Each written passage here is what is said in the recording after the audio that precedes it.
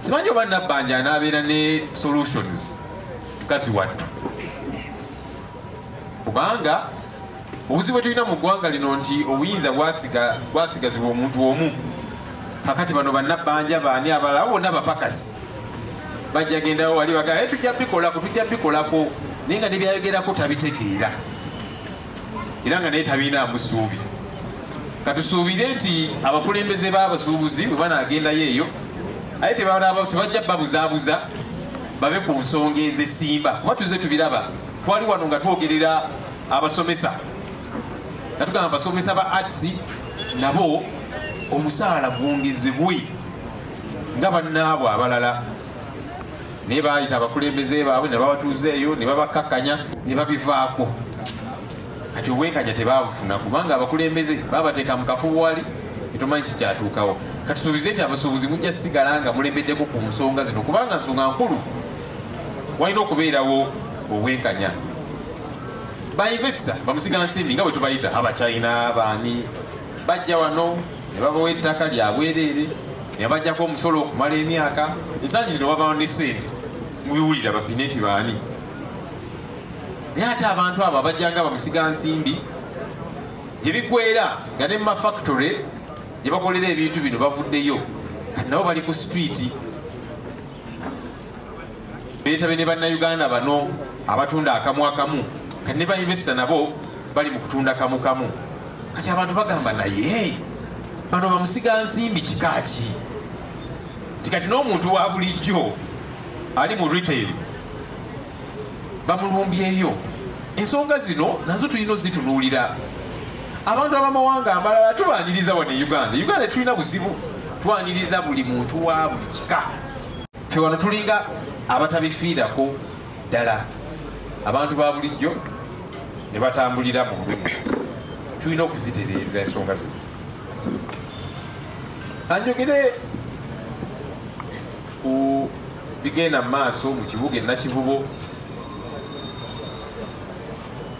Ffe nga National Unity Platform tukkiririza mu development, enkulaakulana, obuyonjo mu kibuga kyaffe n'eggwanga lyonna okutwaliza awamu okufaananako obulungi.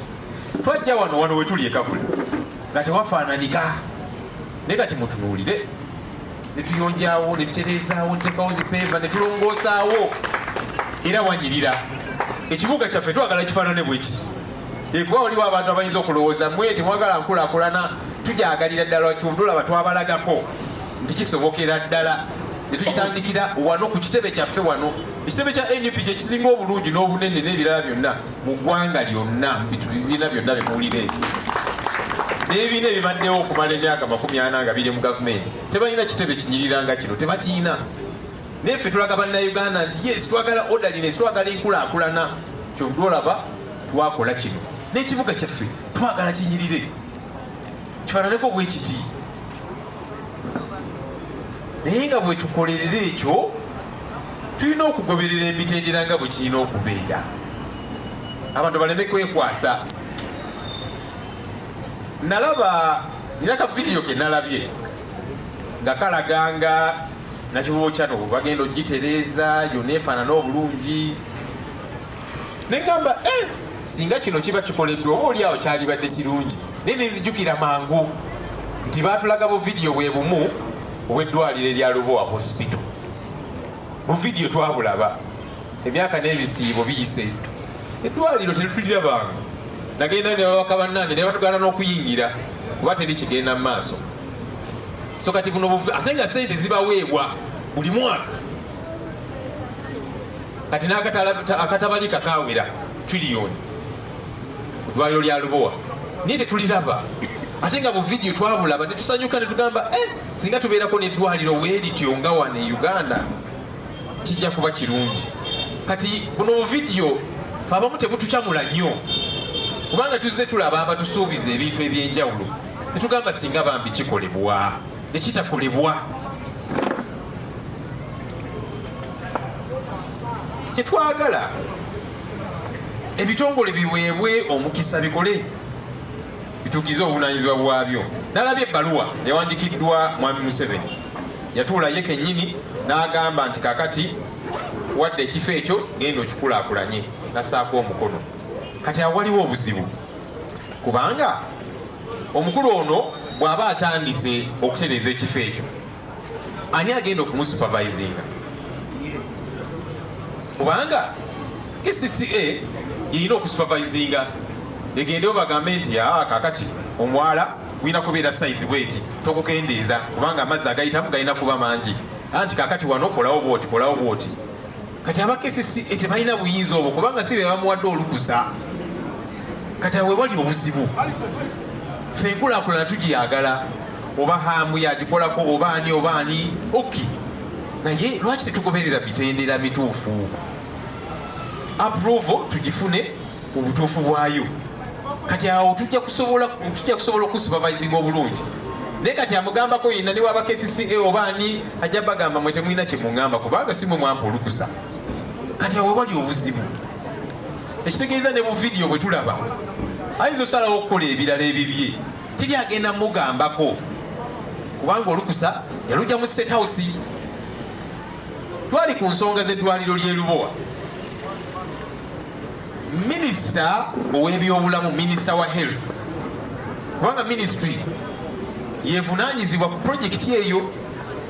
Minisita Dr. Jane Ruth Aceng yagenda e Lubowa okusupervisinga ne bamugoba ne bamugaana okuyingira. Oyo minisita avunaanyizibwa ku projekiti eyo ne bamugoba ku lwaki? Kubanga ministry si ye yabawa olukusa. Olukusa bamugya mu State House. Kati bo baba tebakwatibwako, baba bagamba gwe minisita gwe okola ki wano?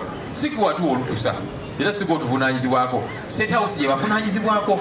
Kyovudde olaba eddwaliro eryo teriggwanga naye ate nga buli mwaka basaba ssente. Kati ensonga lwaki twagala ebintu bino bitambulire mu mitendera emirungi, enkulaakulana ebeerewo naye etambudde etya?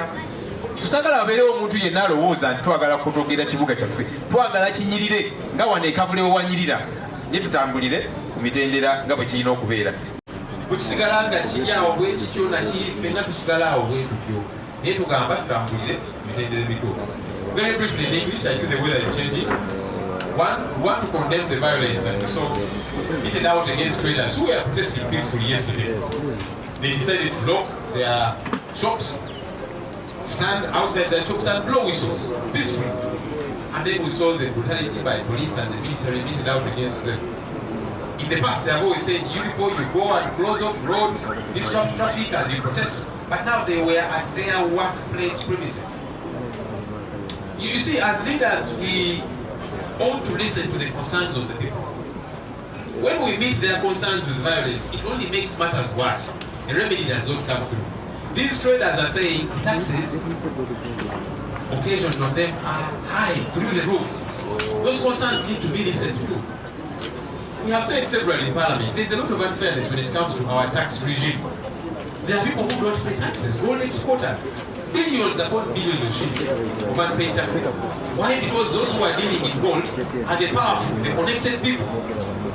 But you're telling this ordinary person who has got a small business selling small merchandise, pay all these high taxes. But the powerful people who are making billions of shillings, they're not paying taxes.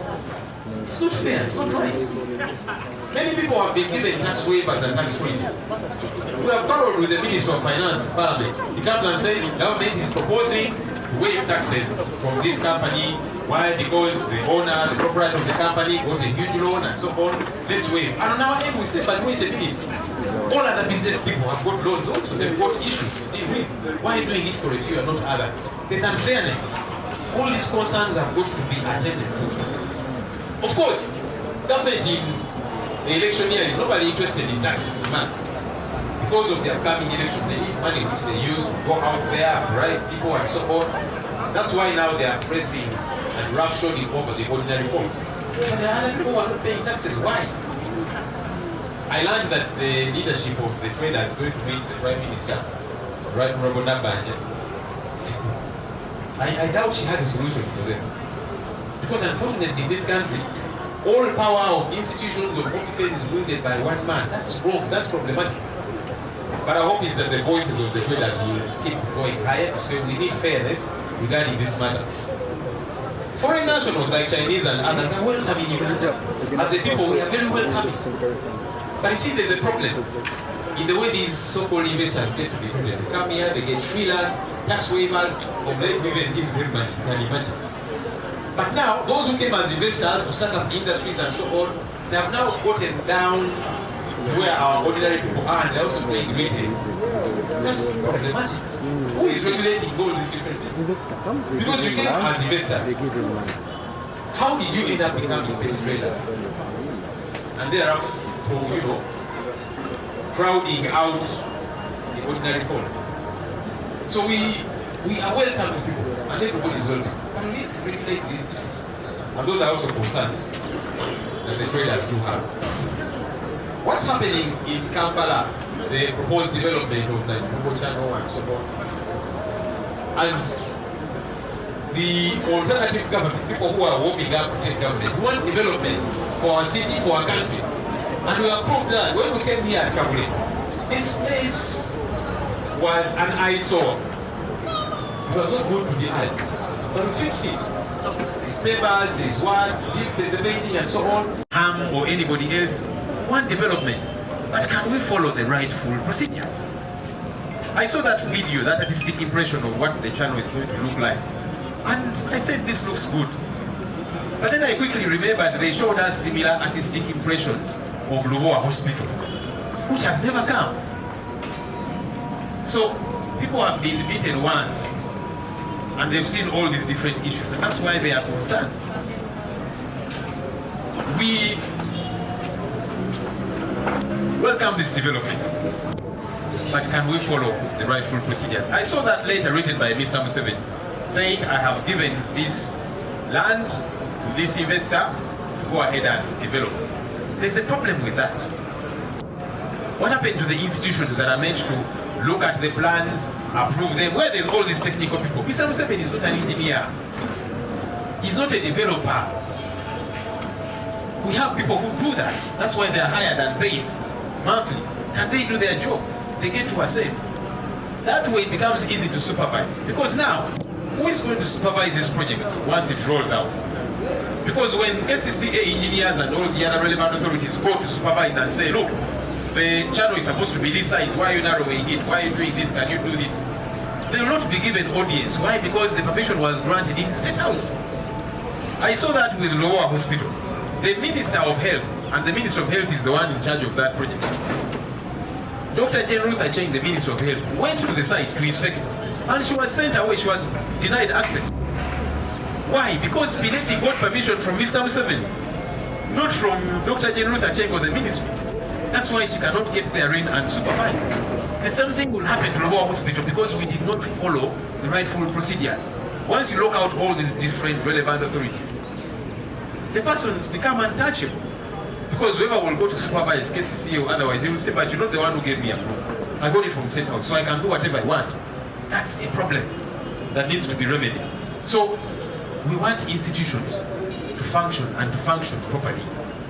So that ultimately there is accountability. So, they count to leave it. They've got to be taken care of as well because they're part of the city. All these issues have got to be put into consideration.